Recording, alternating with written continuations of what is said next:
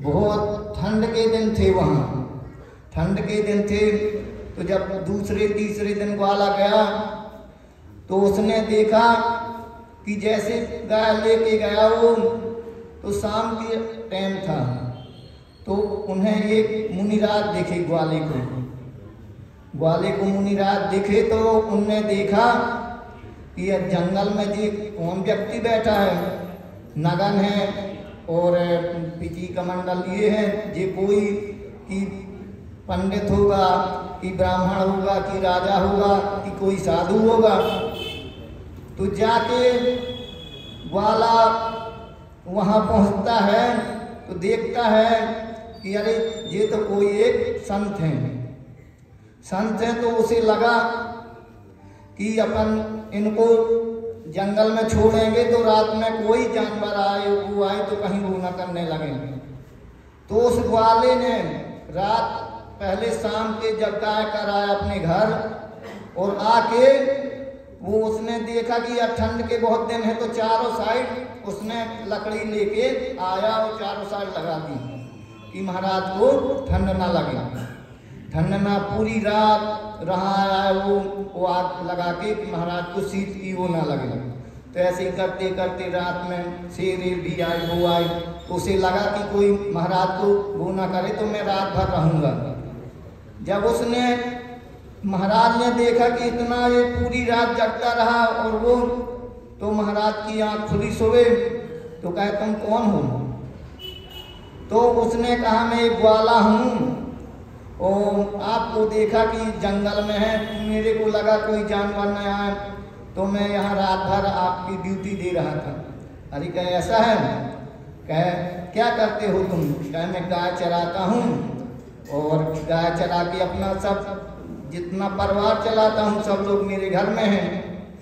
तो कहे ठीक है, तेरे को मैं एक मंत्र देता हूँ, वो तुम पढ़ते रहना, कहीं भी संकट के काम आए, किसी स्थिति में रहना तुम, चाहे भूत हो चाहे प्रेत हो, कहीं अकेले जाना है चाहे गाड़ी में जाना, कुछ भी, उस मंत्र को तुम पढ़ लेना तो इतना अच्छा लगेगा कि बहुत अच्छा। और जब पढ़ोगे तो कोई घटनाएं नहीं होंगी उससे। कहा तो ठीक है। तो उस ग्वाले ने हाथ जोड़ के वो बैठ गया तो कहा कि भाई तुम नमो अरिहंताणम, नमो सिद्धाणम, नमो आयतीयाणम, नमो उपाध्यायाणम, नमो लोहे शब्द साहूणम। अब ग्वाला तो बहुत सीधा साधा था, पढ़ता गया वो घर में जाके भूल गया। बस उसको बस नमो अरिहंताणम याद रह गया उसको। तो अपनी पत्नी से कहता है कि भाई एक मेरे को मंत्र दिया है, ऐसे महाराज जी थे, वो ठंड में थे, इतनी ठंड थी, तो मैंने उनकी बैया व्रती की तो उन्होंने एक मंत्र दिया है मेरे को। तो कहा क्या दिया है? बस उसको भूल गया, बस यही नमो अरिहंताणम याद रह गया उसको। बस जैसे ही वो घर में रहा, वो गाय अपनी लगाता रहा सब दिन, और जाते जाते वो फिर गाय को छोड़ा उसने, तो नदी आ गई। तो उसने नदी में जैसे ही आया तो उनकी 4-5 गाय नदी के उस पार रही। तो अपन को ऐसी जिंदगी जीना चाहिए जैसे नदी है। नदी के किनारे 2 वृक्ष रहते हैं, एक कांस का रहता है, एक बांस का रहता है। तो कहा है कि जब जैसे अपने में घटाने का है, जो व्यक्ति सरल वगैरह होता है तो कोई लड़ाई आती है तो वो अपनी माफ कर देता, वो कर देता है। इसी प्रकार नदी के किनारे एक बांस का पेड़ था, एक कांस का पेड़ था। तो जब नदी आती है, थोड़ी मोड़ी आई तो कांस तो अपनी लेट जाती है, बांस अकड़ में रहता अपना तो हिल जाता है। ऐसे ही अपनी थोड़ी मोड़ी लड़ाई आई तो निपट गई। ज़्यादा लड़ाई हुई, जैसे बांस है, नदी आई ज़्यादा तो उसको जड़ से ले जाती है। ऐसे ही अपने में घटाना है कि भाई अपन अकड़ गए किसी व्यक्ति से, और जो सरलता आदमी है वो तो झुक गया, कांस घाई है तो वो लेट जाता है तो निकल जाती है नदी, और बांस अकड़ में रहता है तो वो जड़ से चला जाता है। अपन को गुस्सा आई, बहुत ज़्यादा आई, किसी के ऊपर आई, अपन ने बंदूक चला दी, कुछ चला दी, और पूरी जिंदगी अपनी बांस घाई रहती है। इसलिए अपन को जिंदगी एक काश नदी से सीखना चाहिए, उन वृक्षों से सीखना चाहिए कि उनमें कितनी सरलता है कि नदी आई तो लेट गई तो नदी निकल गई, एक बांस था अकड़ा था तो जड़ से चला गया। इसलिए अपन को कांस की जिंदगी जीना, बांस की जिंदगी नहीं जीना है। और जब जैसे गाय वगैरह रहती हैं, वो वाला बहुत वो भी था कि दवाई भी सब जानता था, तो कभी भी जैसे गाय है, जैसे उनके खुरों में कुछ हो कट जाते हैं तो अपन एक आइटम होता जायफल उसको दे दें तो वो सही हो जाता है। इसी प्रकार जब वो ग्वाला अपना काम करता है और मोजन करके इस साइड आता है वो, तो वो देखता कि यार अब क्या करें। गुरु महाराज जी ने तो कहा था कि भाई जैसे कोई परेशानी आए तो तुम नमो कारमंत्र पढ़ देना। तो उसने देखा कि नदी तो आई है तो नमो अरिहंताण करता हुआ कि मेरी गाय उस पार है, तो वो नदी में कूद जाता है। नदी में जैसे ही कूदता है तो उसकी मृत्यु हो जाती है। जब मृत्यु हो जाती है तो वो मर के फिर सेठ सुदर्शन बनता है।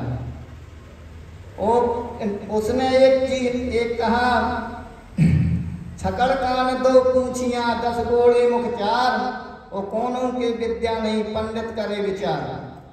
उसने कहा कि जब ग्वाला जब गाय के पास जाता है तो कोई व्यक्ति तुमसे पूछे कि भाई ग्वाला रहता तो कैसे काम करता है, तो इसका अर्थ है किसी को पता हो तो बताएं। छकड़ कान दो पूछियां 10 गोड़े मुख चार, कौनों के विद्या नहीं पंडित करे विचार।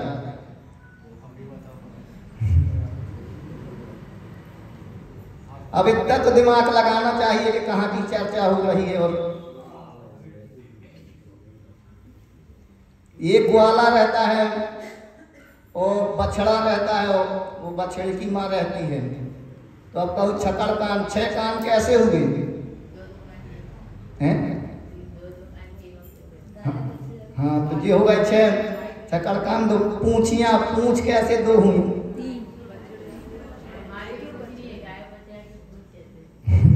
छकड़ कान 2 10 गोड़े,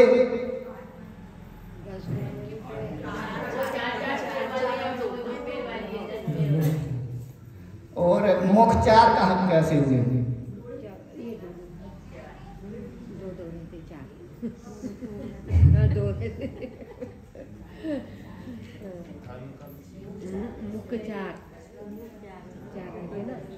क्या है ना, एक गाय का हो गया, एक बछड़े का हो गया, एक आदमी का हो गया, एक लोटे का हो गया, 4। इसी प्रकार जब वो करता करता आया, उसने देखा कि मेरी गाय तो उस पार है कुछ, तो वो जाके नदी में कूद जाता है। नदी में कूदता है और वो उसके एक लकड़ी लग जाती है तो उसकी मृत्यु हो जाती है। तो मृत्यु हो जाती है तो वो जाके एक राजा के यहाँ जन्म लेता है। जैसे ही जन्म लेता है तो वो सेठ सुदर्शन